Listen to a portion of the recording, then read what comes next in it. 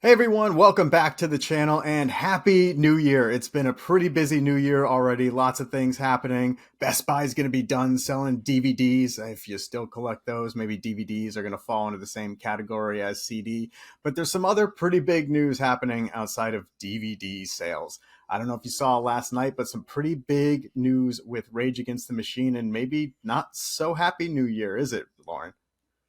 Yeah, I don't know. That was kind of shocking news and a bit disappointing, but it leaves us with a lot of questions and a lot of things to kind of speculate on and touch on. So, Yeah, fans don't really seem to know what exactly is going on. And if you haven't heard the news about Rage Against the Machine, last night, January 3rd, drummer Brad Wilk released a statement on his Instagram announcing what seems to be maybe the end of the band, at least on stage.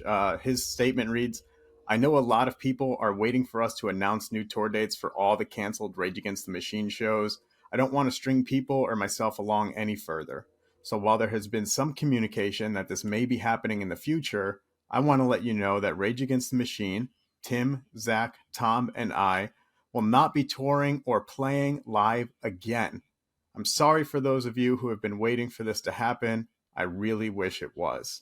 And in the caption on that post, he wrote, Bottom of my heart, thank you to every person who has ever supported us. Lauren, what was your immediate reaction to when you saw that statement? It's kind of carefully worded. yeah, I mean, I was a bit surprised because when a band announces a reunion, some it can mean so many different things. Sometimes it means that they're just going to go on a tour and celebrate their legacy, kind of like Pantera is doing now, or sometimes they're just like testing out the waters and they're going to see how it goes and then potentially release new music and continue on from there. But from the wording of this statement, it sounded like the whole tour was really just meant to be a one-time thing, maybe. So it's kind of like, was this meant to be a real reunion?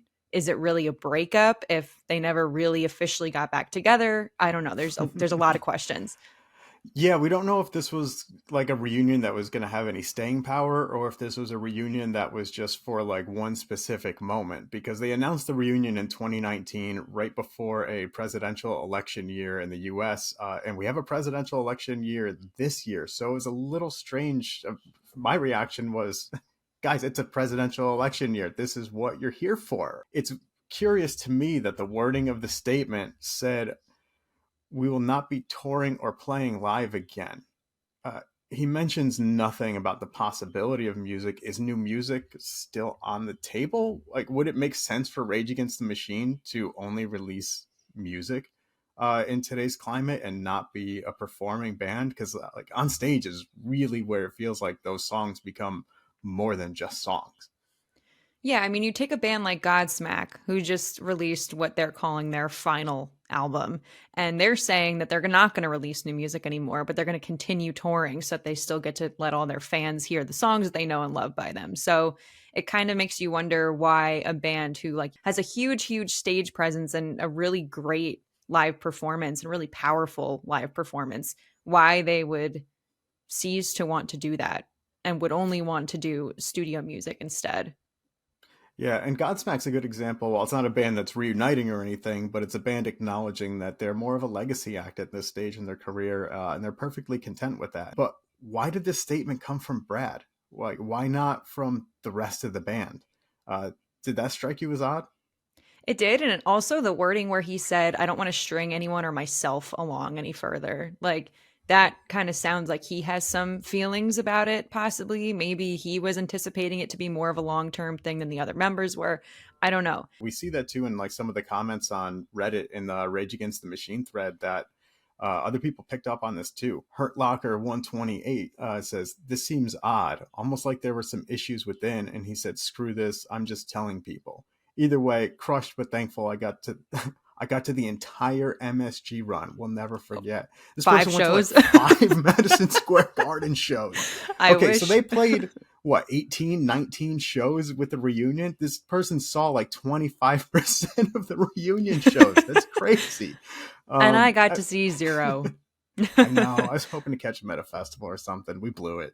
We totally blew it. You blew it! Somebody else said, wonder what's going on behind the scenes. Seems odd and a little uncharacteristic of the band to have this announced by Brad on Insta. Lauren, do you remember what Tom Morello said I think it was March of last year, about the Rage Against the Machine shows, because they had a lot canceled, postponed for a lot of reasons, which we'll get into. And he speculated on the future. Tom said if there are rage shows, if there are not rage shows, you'll hear from the band. I do not know. When there is news, it will come from a collective statement from the band. There is no news. So this obviously was not a collective statement from the band. And I would think that No. that would be the case too, if it was an actual breakup or anything like that, because the whole reunion started with them creating an Instagram account in November of 2019. So before there was any public official announcement that they were going to be doing a reunion tour, they created an Instagram account. So from the start, it was a collective, okay, here's where the updates are going to be type of situation. So for it to be coming from one member, I don't know. This might be a little ridiculous, but I had to literally check the calendar last night when I first saw the statement because I thought it was April Fool's Day, even though it's only January. We see a lot of his peers commenting on the Instagram post. John Delmayan, the drummer in System of a Down, says, "We love you either way, bro. Let's do a drummer tour." Chavot, also in System of a Down, "Love you, brother. You're a legend." Chuck D from Public Enemy, who was also in Prophets of Rage with Tom Morello and Brad and Tim, prayer hands there. And Chuck D actually commented, somebody asked him on Twitter, or sorry, X, if there was going to be a Prophets of Rage reunion. Somebody said, "Time to put the band back together." And Chuck D said, "If I wanted to tour the earth, it's easy to put Public Enemy on every continent. The time we had was the time we had." So, I mean, I think that pretty much seals it on Prophets of Rage. It really has to make you wonder because that trio, Tom, Tim, and Brad, they've been in so many different bands together at this point. After Rage Against the Machine, Zach left. They had Chris Cornell come in. They did Audio Slave. Then after a couple of albums, Audio Slave broke up. Then they formed Prophets of Rage years later. So that trio has been playing together for years. So it really has to make you wonder what would make them stop. This reunion has kind of just been a problem from the start. It's just been hitting snag after snag after snag. They announced it in late 2019. They put a handful of dates on the books in 2020. And nobody watching here needs us to tell you what happened in 2020, right? So obviously no shows happening for Rage Against the Machine that year. And then it was a couple years before they finally got back on stage. And then the second show of the reunion tour, when they finally got out there back on stage, Zach De La Rocha suffered a leg injury. We didn't know what it was at first. It was later revealed that he had a massive Achilles tear. I think he said 8% of his Achilles was left intact, and it was still severely compromised. A brutal injury, not something that you recover from in 3 months, even if you happen to be a quarterback for the miserable football team that I root for, the New York Jets. Yeah, and then he performed the rest of the tour seated, and it was still wild. It was awesome. Everybody's Instagrams and every video that you saw on YouTube, it was still a wild performance. So if you can have that much energy packed in while you're sitting, can you imagine what it would have looked like if he was able to hop all around the stage? Who knows? That guy is a superstar, whether he's standing up, sitting down, running around, whatever he's doing, he's absolutely electric on stage. But even after that, he had to recover, and there's just like postponements and cancellations and reschedules and more postponements and then more cancellations.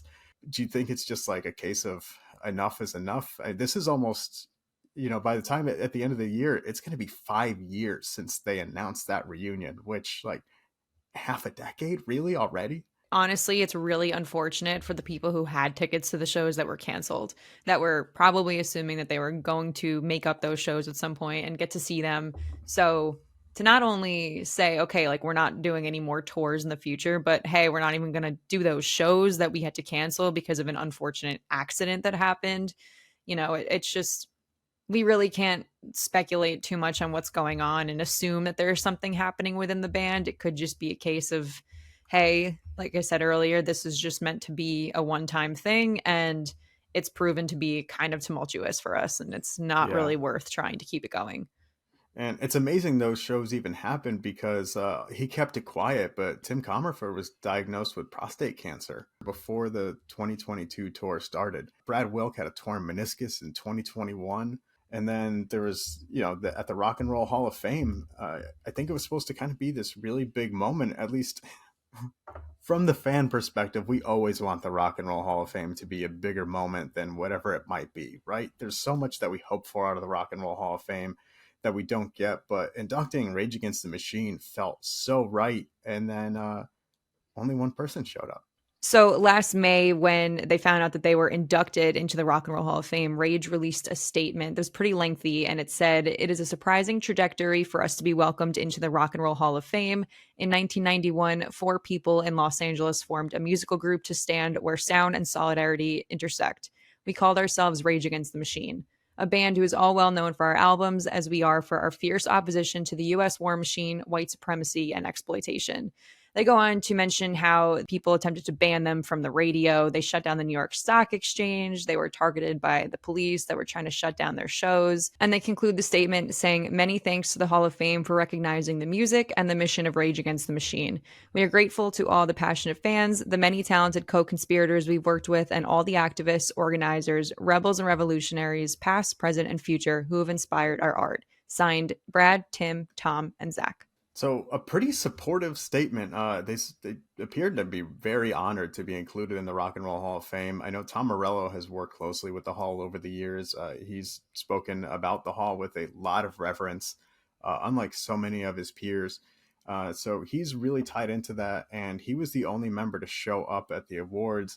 Meanwhile, Zach De La Rocha was doing something that I think really exemplifies what Rage Against the Machine are about. He skipped an award ceremony and an induction, and he was actually attending a March for Palestine in November of last year.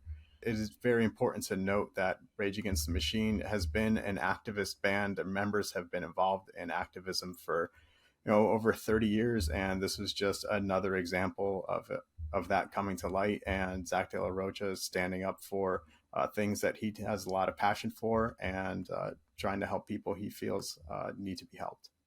Yeah, and I think that that says a strong statement about the band's goals itself. The fact that Zach is willing to, again, miss his band being inducted into the Rock and Roll Hall of Fame, something that's seen as renowned by people all over the world.